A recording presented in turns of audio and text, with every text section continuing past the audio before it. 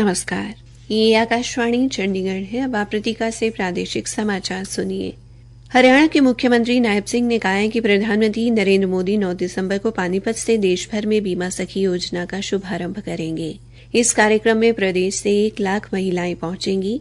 मुख्यमंत्री कल देर शाम लाडवा में कार्यकर्ताओं की बैठक के उपरांत पत्रकारों से बातचीत कर रहे थे। उन्होंने कहा कि प्रदेश में लोगों ने लगातार तीसरी बार बीजेपी सरकार बनाकर विकास को प्राथमिकता दी है। सरकार जनता की आकांक्षाओं को पूरा करते हुए हर क्षेत्र का समान विकास सुनिश्चित कर रही है। मुख्यमंत्री ने कहा कि सरकार ने गत 10 वर्षों में हर वर्ग का विकास किया है। जो हमने काम किए ऐतिहासिक काम पिछले 10 वर्षों में हमारी डबल इंजन की सरकार ने आदरणीय नरेंद्र मोदी जी के नेतृत्व में किए हैं। चाहे किसान के हित में है, महिलाओं के हित में है, युवाओं के हित में है और गरीब के हित में है। उन्होंने कहा कि प्रदेश में सड़कों का नवीनीकरण और मरम्मत का कार्य तेज गति के साथ किया जा रहा है। एक प्रश्न का उत्तर देते हुए मुख्यमंत्री ने कहा कि कांग्रेस के पास न कोई मुद्दा है, न कोई नीति और न ही कोई नेता है। इसलिए कांग्रेस अपनी हार का सारा जिम्मा ईवीएम को देने का काम कर रही है, जबकि जहां से कांग्रेस को जीत हासिल हुई है वहां पर यह मुद्दा नहीं है। कांग्रेस पार्टी ने लोकसभा व विधानसभा चुनाव में झूठ और संविधान का सहारा लिया, लेकिन पूरी दुनिया के सामने कांग्रेस का झूठ बेनकाब हुआ। धरना पंजाब में बनता है, धरना कांग्रेस की जहां सरकार है जो एमएसपी नहीं दे रहे वहां बनता है। हमें एमएसपी दे रहे, हमने दिया है। और ये जिस प्रकार का झूठ कांग्रेस ने फैलाया था कि एमएसपी बंद हो जाएगा, नरेंद्र मोदी जी लगातार एमएसपी को बढ़ा करके देने का काम कर रहे हैं और अन्य फसलें भी एमएसपी पर खरीदी। मुख्यमंत्री ने कहा कि कांग्रेस का काम भ्रम फैलाना है। हरियाणा सरकार ने प्रदेश के 5 महाविद्यालयों का नाम शहीदों और समाज के प्रबुद्ध नागरिकों के नाम पर रखने का निर्णय लिया है।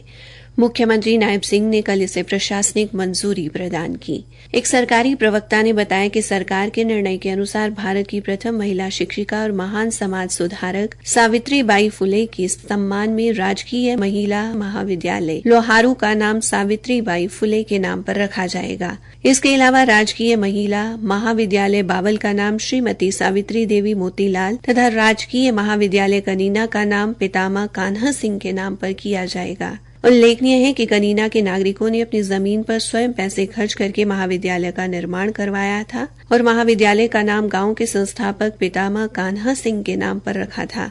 वर्ष 2014 में सरकार द्वारा महाविद्यालय को अपने अधीन लेने के बाद पितामह कान्हा सिंह का नाम हटा दिया गया था। अब कनीना वासियों की भावनाओं का सम्मान करते हुए और उनकी मांग को पूरा करते हुए इस महाविद्यालय का नाम पुनः पितामह कान्हा सिंह के नाम पर किया जाएगा। हरियाणा के उद्योग एवं वाणिज्य मंत्री राव नरबीर सिंह ने कहा है कि अगले 6 महीने में गुरुग्राम जिले में विकास परियोजनाओं के संबंध में धरातल पर व्यापक बदलाव देखने को मिलेंगे। उन्होंने कहा कि सरकार की जन कल्याणकारी योजनाओं और बुनियादी ढांचे को मजबूत करने वाली विकास परियोजनाओं को लेकर लोगों को जो अपेक्षाएं हैं उन्हें 100% पूरा किया जाएगा। राव नरबीर सिंह कल बादशाहपुर में आयोजित अभिनंदन समारोह को संबोधित कर रहे थे। उन्होंने कहा कि सरकार ने अंत्योदय उत्थान की भावना के साथ पिछले 10 वर्षों में अनेक पहलों के साथ नए कीर्तिमान स्थापित किए हैं, जिनका अनुसरण देश के अन्य राज्य भी कर रहे हैं। उन्होंने कहा कि सरकार ने पारदर्शिता के साथ मेरिट के आधार पर भर्ती करने का जो मजबूत तंत्र स्थापित किया है, उससे समाज की अंतिम पंक्ति के व्यक्ति का भी सरकार में विश्वास बढ़ा है।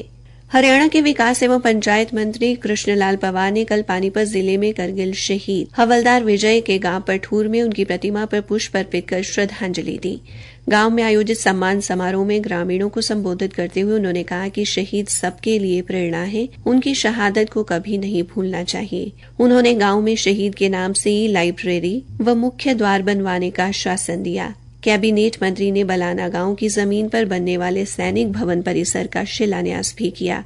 उन्होंने अपने ऐच्छिक कोष से 21 लाख रुपए सैनिक परिसर में सहयोग के रूप में प्रदान करने की घोषणा की। इस अवसर पर श्री पंवार ने कहा कि भारतीय सेना में हर 10वां जवान हरियाणा का है।